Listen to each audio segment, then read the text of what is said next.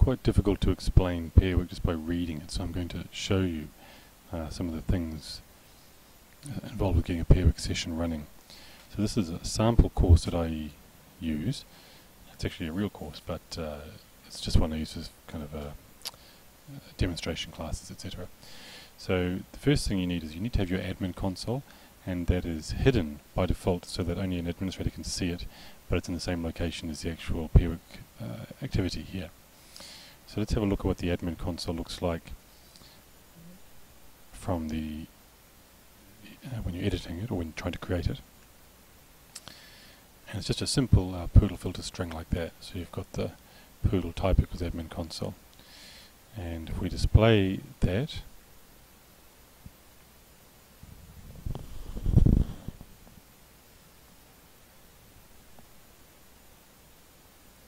takes a while to come up, partly because we're doing a screencast.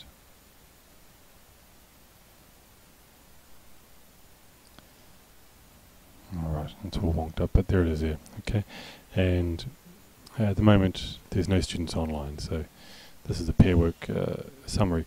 These summaries are a bit funny at the moment, so they haven't quite made it through from the PoodLL Moodle 1.9 days, but the actual Pairwork session itself does work. So here we have students who were logged on in a previous session, so not quite sure why they're still there. Maybe their computers are still logged on, and they're here.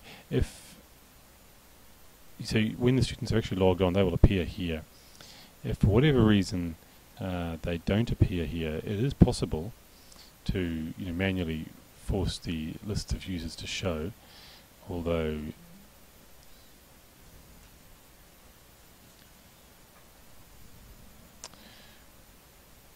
it may not work very well for you. So here you can see all the offline users. So if you wish, you could actually choose users from this group and put them into groups over here, which is probably what I would do in a demonstration session, because I haven't got students all sitting there waiting for me to manipulate. Alright, and if I want to make a Pairwork session, let's put some users over here just to show what I mean by that. You can drag users over from group to group or column to column. If I make a Pairwork session of two with a member count of 2, and here we have each of our pairs here. Okay, and you can see that the green border here, that indicates that the session hasn't been applied yet, so I can still do things. I can still move a user from one group to another, or even move a user from the offline group over here into this group here. Okay, and only when I press the apply button do the changes actually get sent out to the students. So now if the students have their Pairwork client open and they are on the correct page, then they will now be in a Pairwork session. If you want to shuffle the users, this shuffles the last user in the group onto the next group. It's not a very intelligent shuffle, but if you press shuffle, that jumps 1 around or 2 around. Okay, it's not a very intelligent shuffle, so if you have groups of 3 or 4, it won't work very well. In that situation you need to manually drag them around. Okay, but again the border is green, indicating the changes haven't actually been sent out to the clients, so you need to press the apply button like that. Okay, if you wish to just create an empty pair and fill it up, you just go like this, and here we have an empty pair here. If I move a user or 2 into there, we have a situation like that. Okay, you'll sometimes find that a user will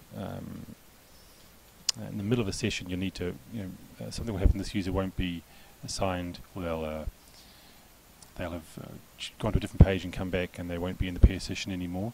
So in that situation you drag them off and then drag them back, and then if you just apply, that particular group only will get the message and you won't affect the other students' sessions. And to clear, you hit clear pairs. Again you need to apply it and apply, and then you have your students will be removed from the session and they'll just see their own video or picture on their client. Right, and that's very simply how you'll use the admin console when you are running a Pairwork session in PoodLL.